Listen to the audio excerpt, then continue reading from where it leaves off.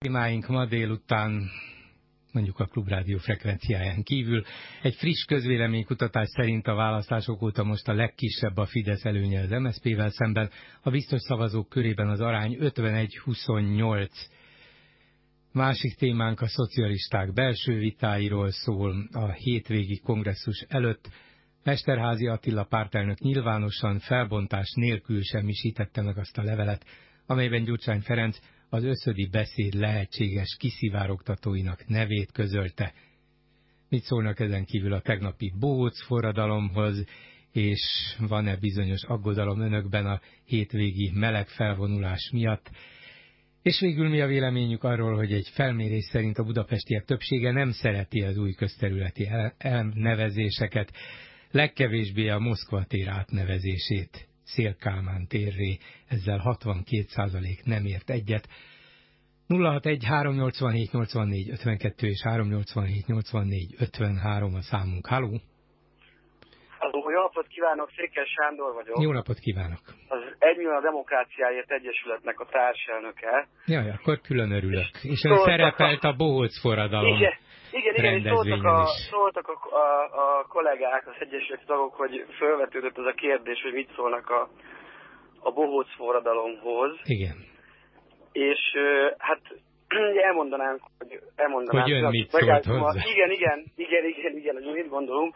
Bennünk is volt egy kis félsz egyébként, hogy mi lesz, hogy lesz, mert tudtuk, hogy azért itt elég vehemens emberek vannak jönni, tehát a tűzoltók, meg egyáltalán rendvédelmisek eléggé dühösek. Hát határozott emberek egyrészt, mert ehhez a munkához kell határozottság, igen, ugye, igen, másrészt meg dühösek is. Igen, és hát ugye szóltak hírek, hogy majd itt csatlakozni fognak nem tudom, valamelyik ilyen szélsőséges csapatnak az emberkéi, úgyhogy tényleg kimentünk már mi is jó előre a tüntetésre, meg hát persze segítettünk is az egésznek a lebonyolításában, tehát a szavazó céduláknak a összeírását, meg beszedését, azokat gyakorlatilag az Egyesület csinálta, tehát ott voltunk, és hát láttuk, hogy tényleg kint van nagyon-nagyon sok ember, tehát nem akarok én itt számhából menni, de tényleg egy olyan 15 000 ember az nagy valószínűséggel biztos, hogy kint volt, és láttunk egy olyan jó 30-40 olyan emberkét, akire mondjuk rá lehet mondani, hogy hát ilyen szélsőséges figura volt. A másik 15 000 ember viszont abszolút normális, és valóban teljesen... Ez önmagában már nagy eredmény, hogy egy ilyen ismétlődő és akár harciassá is válható demonstráció, szellemes... Hát voltak pillanatok. Igen. Voltak, és lehetett hallani erős hangokat is, de alapvetően mégiscsak szellemes, ötletes, határozott, kétségtelen, meg elutasító is a kormánnyal szemben. De ugyanakkor végig azért a mederbe benne maradt. Tehát nem volt, nagyon jól kezükbe tartották a Kónya Péterék a dolgot, úgyhogy ez egy nagyon jó megmozdulás volt. Önök tanultak belőle, mert önök is szerveztek tüntetéseket az elmúlt hónapokban. Igen, mi is szerveztünk, illetve azokat a tüntetéseket az 1 millió a magyar sajtószabadságért mozgalom, vagy hát nem mozgalom, a Facebook csoportnak a szervezői szervezték, akik szintén mi voltunk. Ez most egy kicsit ilyen átfedéses a dolog. Kicsit körülményesnek hangzik, de igen, maradjunk abban, hogy önök ott voltak a szervezők között. Igen, abszolút jelleggel ott voltunk azoknak a szervezésben. Persze tanultunk, de ez egy más közönség is volt. Tehát, hogy mondjam,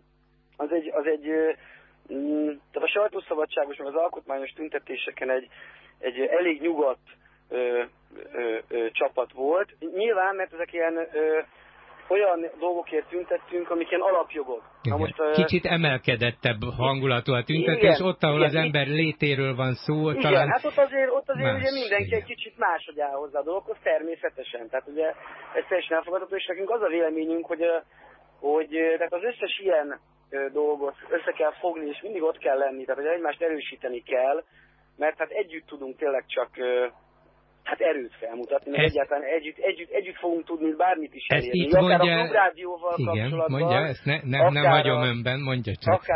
Akár a tűzoltók, vagy akár a pedagógusok érdekét, csak akkor mindenki egyedül elmondhatja a dolgát, de ahhoz kevés lesz, hogy ott érdeket érvényesítsen. De hogyha mindenki segít mindenkinek, és azt látják, hogy hogy itt összefogás van, akkor ott már lehet elérni dolgokat. Igen, Mindenhol. azt mondja meg nekem, hogy azon kívül, hogy ezt itt a nyilvánosság előtt elmondja, hogy igen, figyelnünk kell egymásra, és segítenünk kell egymást különböző érdekek képviseletében. Ezen kívül ennél konkrétabban, vagy gyakorlatiasabb módon, mondjuk az önök képviseletében valaki fölveszi a kapcsolatot Árok Kornéllal, Kónya Péterrel, hiszen az élet nem csak arról szól, hogy elmegyünk egy jót demonstrálni, meg kifejezzük a véleményünket, hanem embereket szervezni kell. Ezek a dolgok megtörténtek. Ez az összes szakszervezettel is egyébként. Tehát itt természetesen elindult egy munka ezzel kapcsolatban. Ez a dolog lényege, és kíváncsi vagyok, hogy hova vezet, mert valószínűleg az emberek úgy mozdulnak meg, hogyha valaki segíti őket ebben. Igen, mi is így gondoljuk ezt, és ez irányba el is indultak a tárgyalások. Köszönöm a kapcsolatot mindenkivel. Köszönöm szépen, hogy jelentkezett. Én köszönöm a lehetőséget, viszonthallásra.